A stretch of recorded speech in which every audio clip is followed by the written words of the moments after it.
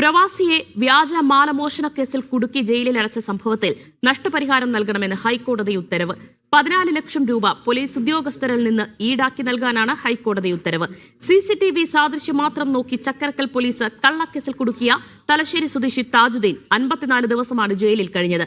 താജുദ്ദീന്റെ ദുരിതകഥ വാർത്താ പരമ്പരയിലൂടെ മീഡിയ വണ്ണാണ് പുറം ലോകത്തെത്തിച്ചത്. 2018 മകളുടെ കല്യാണത്തിന് നാട്ടിലെത്തിയ താജുദ്ദീനെ ചക്കരക്കൽ പോലീസ് പിടികൂടുന്നത്. സ്ത്രീയുടെ മാല മോഷ്ടിച്ചു എന്നതായിരുന്നു കുറ്റം. നിരപരാധിയാണെന്ന് പലതവണ ആവർത്തിച്ചിട്ടും പോലീസ് മുഖവിലക്കെടുത്തില്ല. CCTV ദൃശ്യത്തിലെ സാദൃശ്യം മാത്രമാണ് പോലീസ് കണ്ടെത്തിയത്.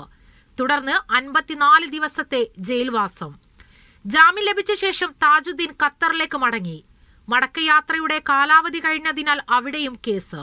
23 ദിവസമാണ് ഖത്തറിൽ ജയിൽവാസം അനുഭവിച്ചത്. പിന്നീട് നീണ്ട നിയമ പോരാട്ടം. ഡിവൈഎസ്പിയുടെ അന്വേഷണത്തിൽ പക്ഷേ നിരപരാധിത്വം വ്യക്തമായി. മറ്റൊരാളാണ് മാല മോഷ്ടിച്ചതെന്ന് പോലീസ് തന്നെ കണ്ടെത്തി. തുടർന്നാണ് നഷ്ടപരിഹാരത്തിനായി ഹൈക്കോടതിയെ സമീപിച്ചത്.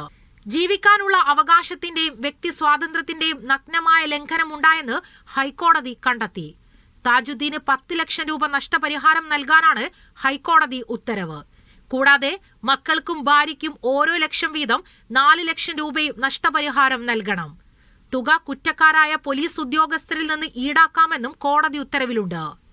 നീതി ലഭ്യമായില്ലെന്നും കൂടുതൽ നഷ്ടപരിഹാരത്തിനായി നിയമ പോരാട്ടം തുടരുമെന്നും താജുദ്ദീന്റെ കുടുംബം മീഡിയ വണ്ണിനോട് പറഞ്ഞു. ഇനിയിപ്പോ ഇതിലൊന്നും അവസാനിപ്പിക്കാൻ ആഗ്രഹിക്കുന്നില്ല. കാരണം എന്റെ ഉപ്പാന്റെ ആയുസ്സിലുള്ള 8 വർഷം ഇനി വരാൻ പോകുന്ന ദിവസങ്ങളും ഈ ഒരു പോലീസുകാരന് മാത്രമാണ് ഇങ്ങനെ ഒരു ഡൗൺ വർത്തിൽ പോകുന്നത്. നമുക്ക് ഒരു 10 കോടി തന്നതിനാലും എന്റെ ഉപ്പാന്റെ ആയുസ് ഒരാൾക്കും തിരിച്ചു കൊടുക്കാൻ പറ്റൂല. Media one, Kochi.